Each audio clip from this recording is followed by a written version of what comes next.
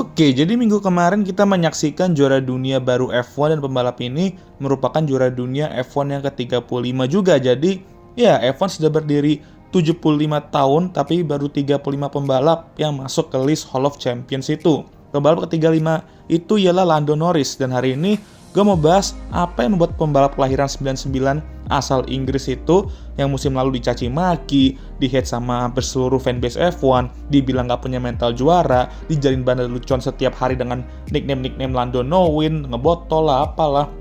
Dan terus pada akhirnya bisa menjadi juara dunia F1 2025. Nah hari ini gue akan bahas hal tersebut.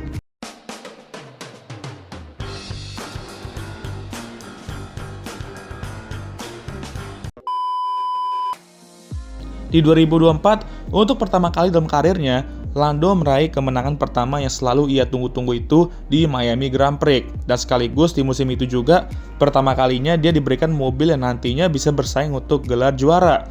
Jadi bisa dibilang ada shock efeknya sedikit di situ dimana, waduh, gue kira musim ini musim dimana gue tuh bisa chill dulu aja, menang beberapa balapan, sampai dekat-dekat dikit lah ke Max dan Red Bull dan mungkin Ferrari juga. Tahu-taunya langsung mendekat drastis dan bisa jurdun kalau konsisten. Ya fastest car lah intinya gitu ya. Nah karena shock effect ini bisa langsung ke depan sekaligus menjadi rival terdekat Max saat itu yang membuat Lando tuh ya kaget juga dan secara mental emang dia belum siap. Kalau menurut teori Saipul 2020, pembalap kalau diberikan mobil kencang itu satu hal. Tapi apakah dia bisa mengalahkan pembalap terbaik yaitu hal lain lagi.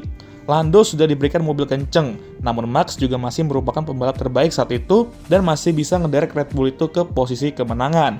Singkat cerita, di 2024, Lando gagal, dan bisa dibilang fans-fans F1 pun juga brutal banget ke dia di tahun itu.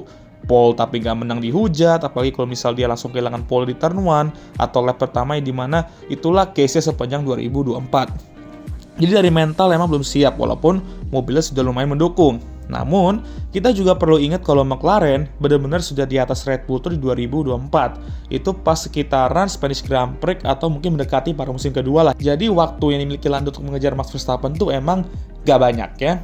Dan Lando sebagai hunter saat itu juga belum bisa ngehunt Max Verstappen full power seperti Max ngehunt dia musim ini gitu. Jadi ya gitu guys. Belum. Baru juga mulai ya kan. Jadi 2025 dia perlu beberapa hal kalau misal dia mau jadi juara dunia. Pertama, dia perlu mobil yang kenceng dari awal musim, dan tebak apa? Itu yang dia dapatkan karena mobil McLaren MCL39 musim ini emang benar-benar merupakan mobil yang kenceng. Khususnya di race pace karena tire wear mereka itu udah kayak nobel ke Cage kemarin ya, gacor abis. Tapi pasti nanti ada yang komen tuh, Bang, mobil dia kan kenceng, dan gini-gini makanya dia jurdun. Coba kalau Max Verstappen yang di McLaren itu, fix 2023 keulang lagi lah. Ya, kalian sudah buktikan statement gue bener di situ. Kalau fakta paling faktos di F1, kalau lu mau jadi Jordan, lu perlu mobil kenceng, bos. Ya, jadi dia sudah diberikan mobil kenceng dan bisa dibilang dominan juga dari awal. Dan inilah kesempatan terbesar dia untuk menjadi juara dunia sebelum ganti regulasi 2026.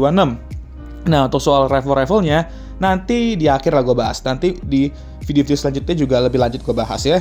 Tapi Lando sendiri walaupun diberikan mobil yang kenceng, dia belum nyaman dengan perilaku mobilnya di awal musim. Dan itulah kenapa dia agak sedikit underperforming di awal musim. Karena dia masih mencari feel yang enak di MCL39 itu. Perlahan dia coba dan coba sampai akhirnya menemukan settingan dan sweet spot yang enak pas di pertengahan sampai akhir musim. Lalu yang kedua, secara mental dan pengalaman dia sudah belajar dari musim lalu. Seperti teori Hakim 2000, kali ini agak jadul ya teorinya ya. Terkadang lu perlu jadi losers dulu untuk menjadi winner. Ya itulah Lando. Dia udah ngerasain title fight yang bukan title fight musim lalu, jadi losersnya. Terus ngerasain tekanannya, apa yang terjadi jika lu gagal dan bagaimana lu react. Semua itu lu pelajarin gitu. Dan gimana cara fight back-nya. Dia pelajarin itu semua ke 2025. Dan bahkan di saat beberapa hal tidak berjalan sesuai rencana seperti crash di Kanada, DNF di Zandvoort, disqualified di Las Vegas, dan masih banyak lagi, dia tetap kalem dan fokus. Dan itu juga yang terpenting. Bahkan di akhir musim aja, dia juga meminta tim untuk menghapus delta time di steering wheel-nya, agar dia bisa fokus menciptakan lap yang perfect di qualifying, dan itu merupakan risky move, tapi bijak juga agar fokusnya terjaga. Yang ketiga, dan ini terserah kalian mau nganggapnya gimana, karena ini ya, balik lagi, akan selalu diperdebatkan mau apapun gua ngomongnya ya, tapi Lando punya tim yang ngedukung dia. saran dia didengar. Dia juga udah bantu tim ini yang awalnya merupakan tim papan tengah dan masih bekas-bekas era kegelapan Honda dan Eric Boullier, dan akhirnya dia stay dari awal sampai sekarang untuk menjadi juara dunia. Di sini gue mau lebih roasting tim merah kuda poni itu aja ya. Sampai sekarang pembalap yang ngomong apa selalu dikira tabu sama mereka. Tentu, McLaren masih jauh dari sempurna musim ini dari segi manajemen. Gue pun ngerasa papaya rule satu tim order yang mereka buat ini emang bikin emosi.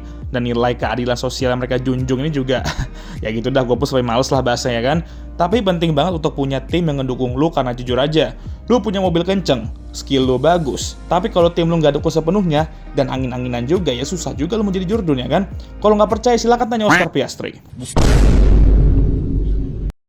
Hehe, santai, canda. Nanti ya guys, nanti. Tapi poin gue tetap bertahan.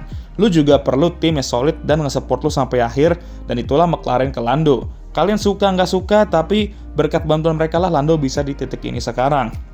Dan sekarang kita ke alasan keempat, dan ini menyangkut para rival-rivalnya, yaitu Oscar dan Max ya, termasuklah mereka berdua gitu.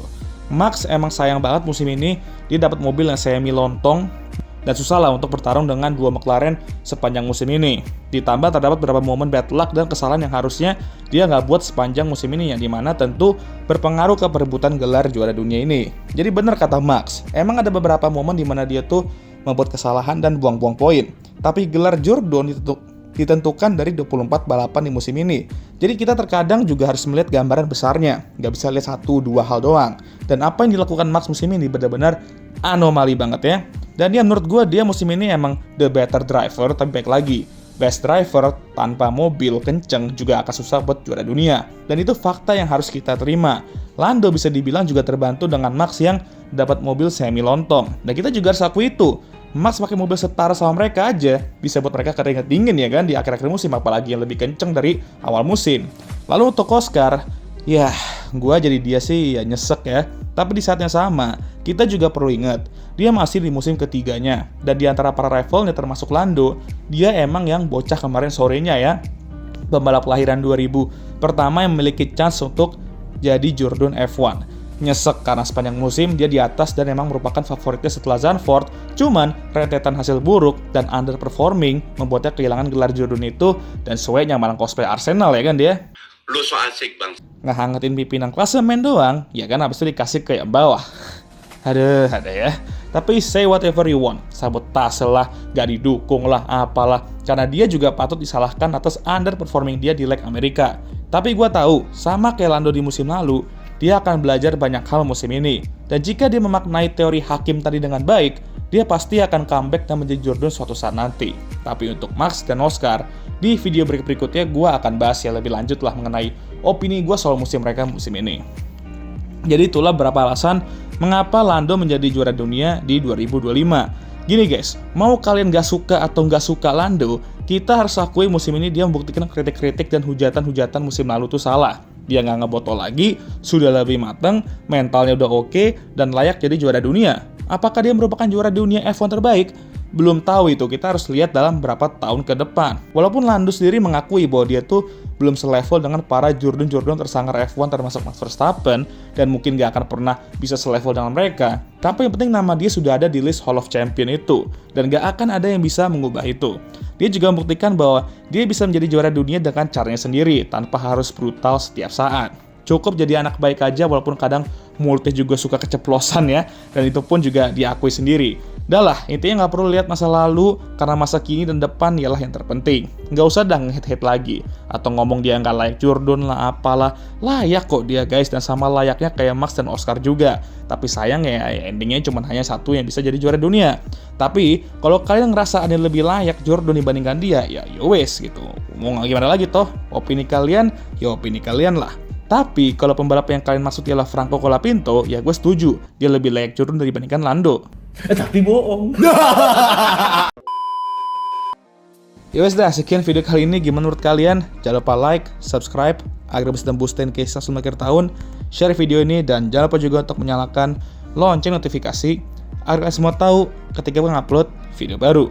Jangan lupa juga untuk follow Instagram gue. Udahlah cuy. Seperti biasa, video ini akan ditutup oleh